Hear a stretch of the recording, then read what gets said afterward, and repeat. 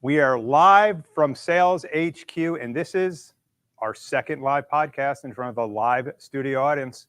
Again, like an old sitcom, like Mork and Mindy or Happy Days. I'm dating myself, I know that. I'm more comfortable now because it's the second one. I can go free-based. So Sales HQ, what is that? That's the number one question we get. So Sales HQ is a community we started about a month and a half ago, and it's for high-performing sellers and sales teams. We offer flex space, desks, offices, and conference rooms, but more importantly, what we really offer is a high energy space for sellers that are looking to get out of a remote office and be part of something special. And every day sitting out on the floor at Sales HQ, it's special because we learn something new from our colleagues, our neighbors from different walks of life. So if you're interested in more information about Sales HQ, go to saleshq.co. Well, we couldn't even get live without our sponsors, especially Earfluence. Starting a podcast or enhancing a podcast is not easy. There's equipment you have to buy. There's platforms you have to subscribe to. And boy, it's a difficult decision. Well, Ear Influence really helped me, guide me through that process, and they're helping me today with this. So if you're looking to start a podcast or improve a podcast, I recommend you reach out to them. We'll have some more information streaming soon. Our second partner is RevGen. And if you're looking to really scale your outbound motion, they can be your sales engine. And RevGen today wants to offer a special coupon for those of you interested in online sales courses at a fraction of what you would normally think you'd have to spend. So with the code, we'll stream along the side. You'll have to spend at max $200 a year. So I'll give you more information about RevGen. And it just so happens today that we have somebody that knows a little bit about RevGen and about outbound motion. So I want to introduce our guest, John Rosar. John, step on in, man. All right. So into the studio. You're in. Hey, Vince. John's the CEO of RevGen. You know, when I opened this place, John, you were really instrumental in giving me good feedback, and I think the synergies between our businesses are obvious. But before we really get into the questions of the day and the topics we want to talk about, who is John Rosar? What makes him tick? What did you have for breakfast? Lots of coffee. Lots of coffee. A handful of nails. No, I've been doing tech sales for the last 14 years. 7 of which I spent with a super fast scaling startup that got acquired. We took that team to over 350 outbound sellers. Who's that? That would be ShareFile. Was acquired by Citrix. And then over the last 7 years, I just celebrated my 7th anniversary over at RevGen. We've worked with well over 100 different tech companies, SaaS-based, that are looking to scale their team or to train their reps and really drive revenue via outbound. 7 years already? 7. I think I met you year 1 in that first location off of Wade Avenue. Wasn't that for Wade? Yeah. That was well, I think the one that you came to was off of Glenwood. It was at Glenwood, yeah. And when it rained hard enough, we had a water feature. Nice, I like that feature. Yeah, and you put buckets underneath it to catch the water. That's right. Yeah. We were scrappy in those days. The good thing about if you ever work at RevGen is it's a dog-friendly environment, which is a good. Sometimes there's accidents that might happen, but you get to be around animals, which are soothing. So I like the combination of cold calling with petting a dog at the same time to reduce the tension of petting the cold call. Yeah, it's kind of like rubbing your belly and patting your head. Does that work? Yeah. I've never tried that. I don't think I've asked you this. Where did you grow up? I grew up in Binghamton, New York, but I moved to the Raleigh area my senior year in high school. So I've been here for 20-ish years now. So does that make you a New York sports fan, or Buffalo's still New York, but does that make you an upstate New York sports fan? Oh, I don't know. I think it makes me a North Carolina sports fan at this point. That's the politically correct response. You could have said the New York Football Giants and the Mets, but you had to go a different route. That's fine. I get it. How did you? This is always an interesting question to ask people. How did you get into sales? Did you want to be in sales? Do you want to be in sales leadership? How did you get there? Yeah. So I was a restaurant manager, and I had been doing that for 5 years. And down here in the down here, yep. After graduating from college, and I think like a lot of recent college grads, you fall into the service-based industry, and I absolutely loved it.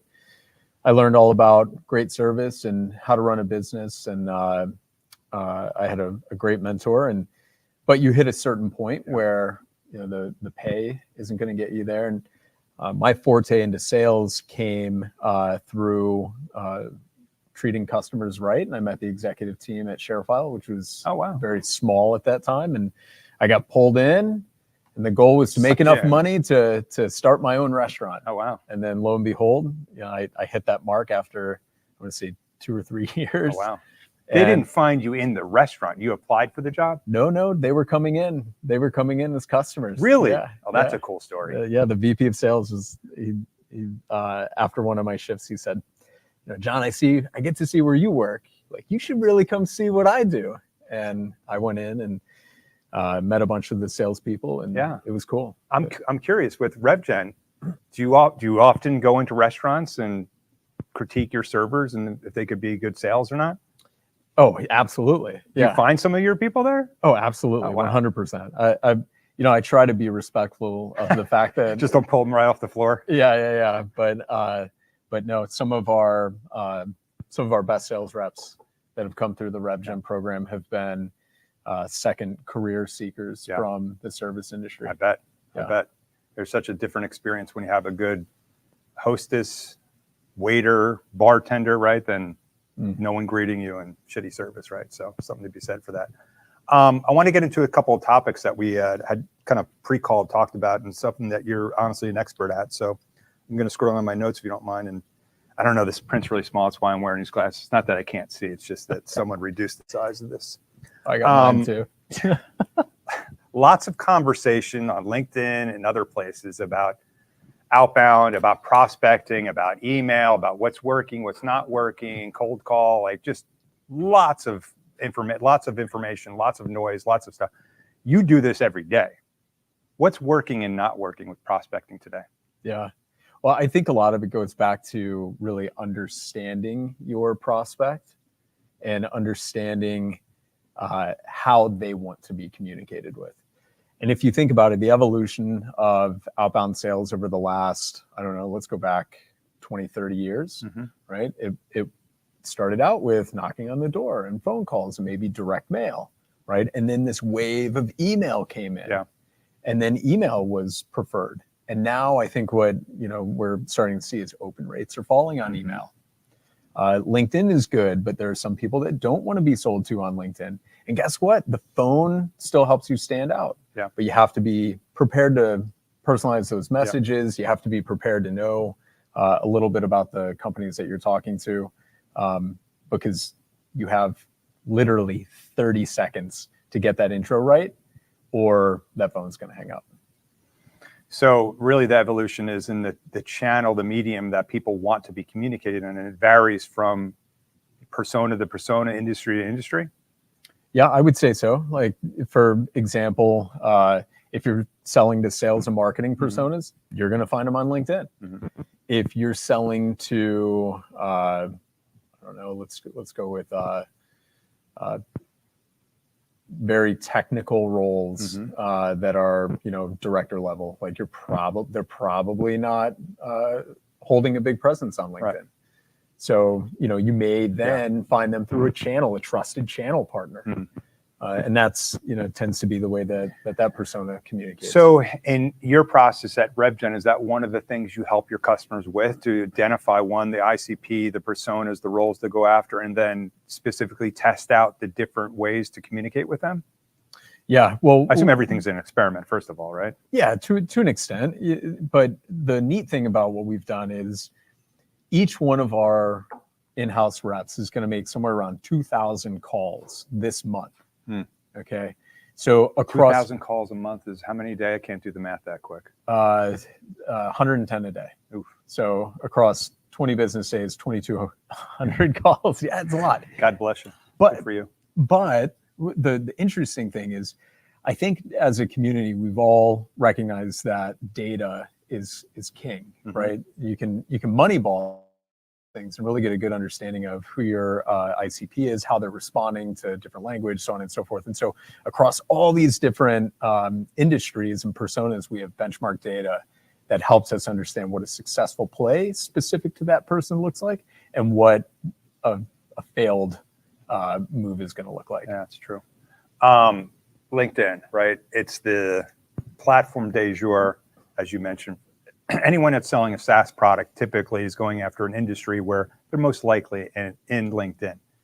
Are you finding with the market, if your market is in LinkedIn, are you finding better success rates or response rates for marketing to people on LinkedIn versus another industry, maybe a traditional industry where you're going the email route or the phone call route? Meaning, if your audience is on LinkedIn, are you finding a higher success rate, response rate with those people?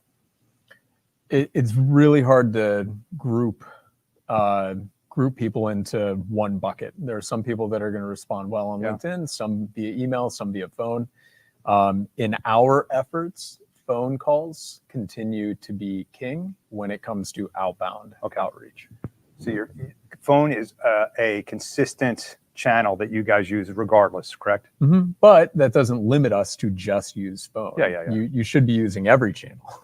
So 110 calls a day, right? Everyone says cold calling's dead. I assume you're going to tell me it's not. Yeah, definitely not dead. But why is it not dead? Give me kind of like over the last, I don't care what the time period is like, has it stayed steady? Has it gotten better from a metric standpoint? Well, with anything, time and big events can change the way that we communicate. Certainly during, pre-COVID, we were calling direct numbers. Yeah. It was very rare. Office numbers. It was very rare to call someone's mobile. Yeah. And then that completely changed. Now we're seeing this hybrid or work remote first environment. And people don't have desk phones. And so mobile numbers are now more prevalent. And so you see connection rate is always going to be the number one bottleneck in outbound prospecting. And you see these waves of people picking up or not picking up, and you got to pay attention to the trends. You can't just say this is the one way to do it. This is the only way. Yeah, I just don't like when people just say cold calling doesn't work. Like, just discount it altogether. Definitely not true. If I'd say the majority of companies that have a strong sales team right now have millions of dollars in revenue that would prove that statement wrong. We were talking yesterday at a masterclass here, and one of the things we were talking about is once you're engaged with the the prospect and certain key stakeholders, once you get to a point where you can start communicating with them through messaging platforms, whether it be SMS or WhatsApp, you're starting to really create a real relationship, because that's typically their personal line, and they're typically going to share with you things in that channel that they wouldn't via company email or other company type channels. Are you guys seeing a lot of success with those messaging platforms? Yeah, so text is really interesting because today it's still viewed as like our most sacred form of communication, right? Which is, the personal touch is a bit removed there, but people protect text a little bit more, and we have a lot of rules and regulations that also protect text. So you cannot legally lead with outbound unless they've opted in. But once you create that relationship, text it's going to be typically read.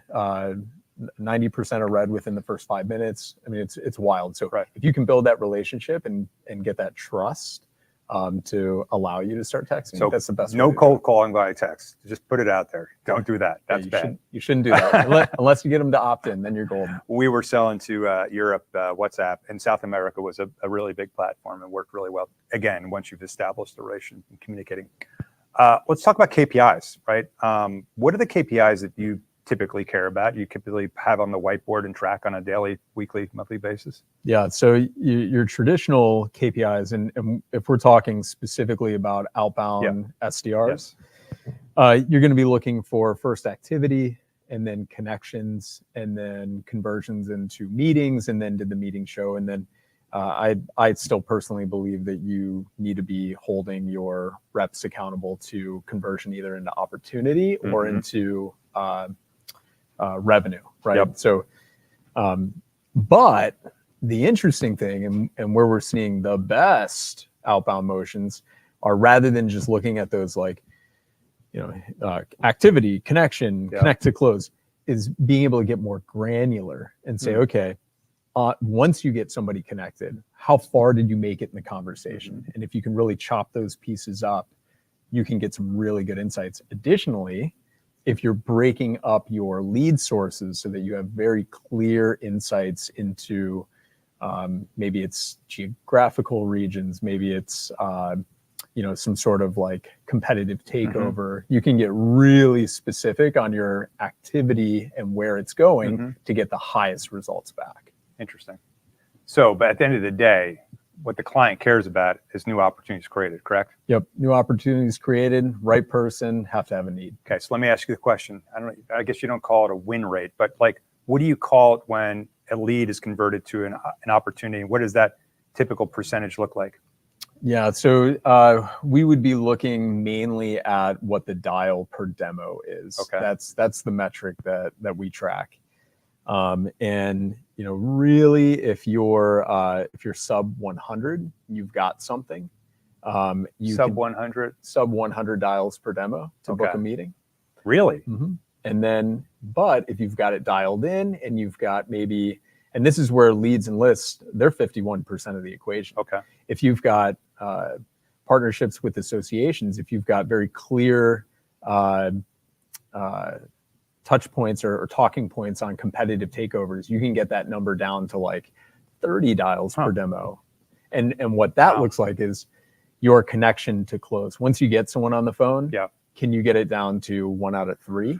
Or if you're 1 out of 10, then you've got a problem. So are you tracking, once the opportunity is created for your customers, are they tracking the win rate of the opportunities that RevGen creates? Yes. And is it higher than, this is a loaded question, right? Is the win rate higher with RevGen generated opportunities versus non-RevGen generated opportunities? Well, I would love to say yes to that, but here's the facts, right? Yeah. Where are the rest of your opportunities coming from? Yeah. Generally speaking, Inbound, they're going to be right. inbound, and so it's someone who actively says, I have an explicit need versus outbound cold calling and emailing. John, I set you up. All you had to do is say yes. Of course, they're better. But inbound's going to have the highest. But if you had to, if everything being equal weight, right? Outbound programs. Are you finding, because you guys are better at maybe selecting the list, your messaging is tighter, you have professionals, you can scale better, that you tend to have a better win rate of the opportunity because of, at the end of the day, when we hand you over an opportunity, it's better qualified, it's a better source and all that? So start to finish, I mean, where our clients get the most benefit is that we've made most of the mistakes already. Right? That's what I was going to say. Like, you guys do this for a living. Like, if I was going to launch an SDR team, build an SDR team, by the time I ramped it up 3 months down the road, stuff has already changed, right? Because how fast and fluid we are, right? So that's one of the advantages. Yeah, we've got a killer recruiting team. By the way, I don't work for RevGen. Just putting it on the record, I don't get paid by them at all. So we are a sponsor. If they knew you were actually spending, then they would never. We jest. What was the other topic we wanted to get into as well? What I've been There's something else that's top of your mind, I think. Yeah, I've been paying a lot of attention to the evolution of what the SDR role looks like, and it's. I think we're sitting on a bubble that may burst. And it could be an amazing opportunity for a lot of organizations out there that are paying attention. It could be a really big problem for others that aren't.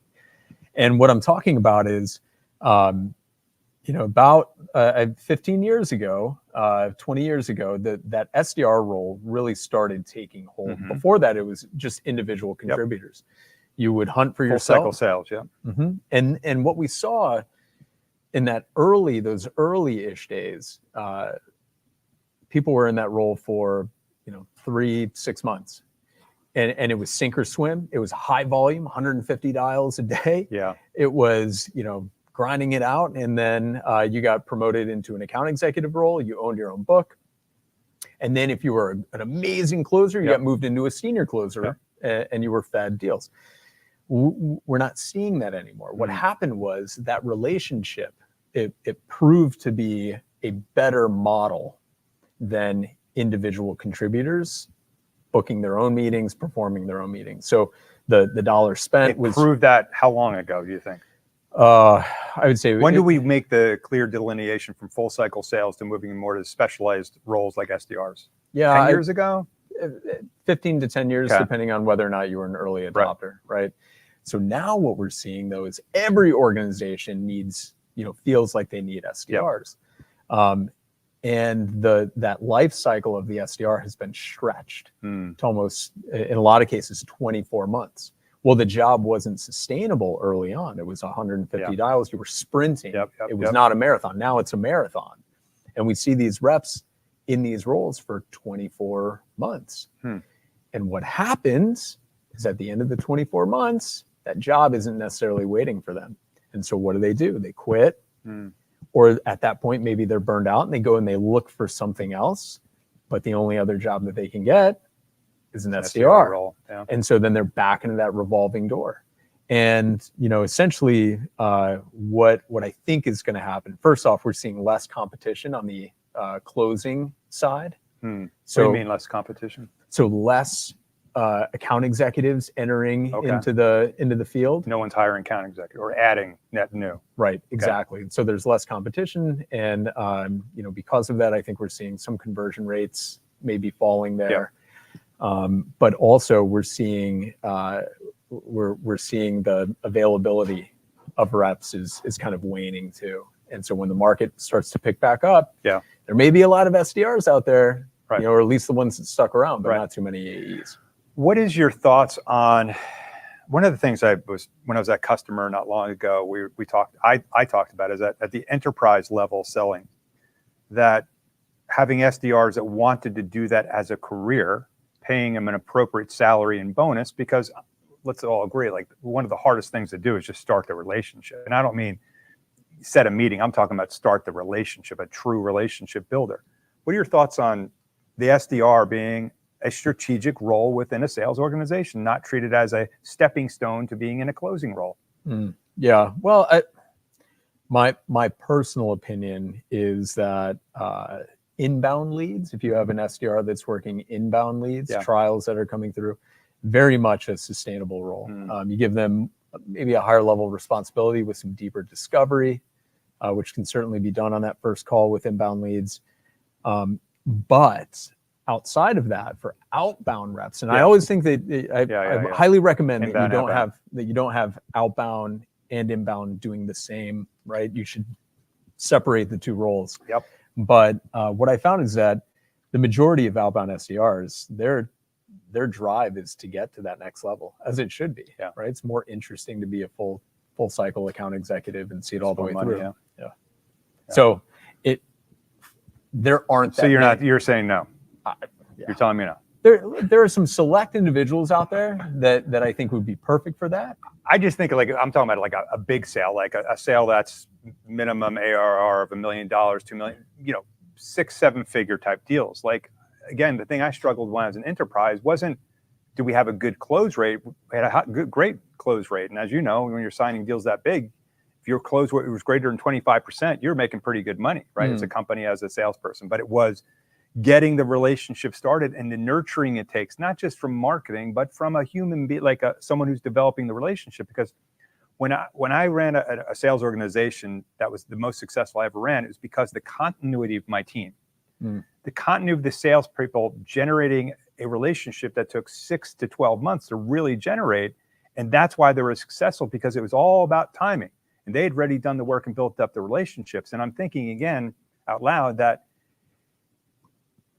if I have this SDR that's doing this as a career, not looking for a stepping stone, this is the person that's always going to be there when the relationships are nurturing and the nation relationship are looking now to take the next step. Whereas AEs, if you look at the cycle right now, it's like what, 18, 24, 36 months these days? It's not like it used to be where someone would be at a company for 5 or 6 years. And then so the relationship's gone now, right? So that's why I think, who's going to own the relationship? Who's going to be the most stable resource there? And again, I only think about this role as a career if it's sustainable. It's not 110 calls a day.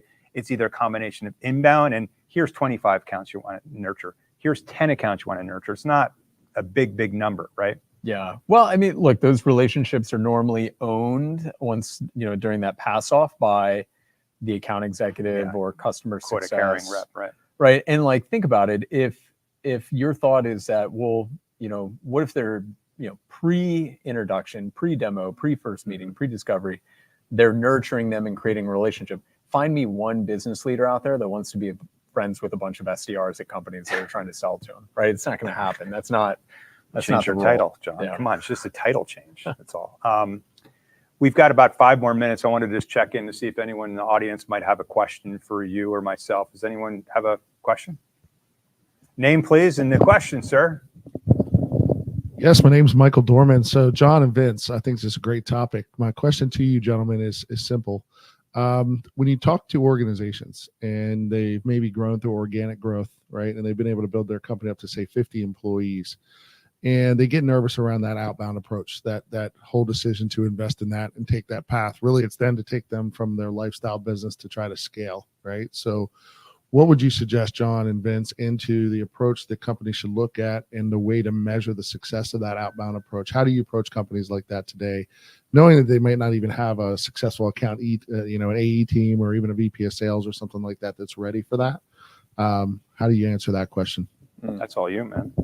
Well, I think your organization has to be prepared for catching leads, right? And that's going to be first, whether they're going directly to the founder.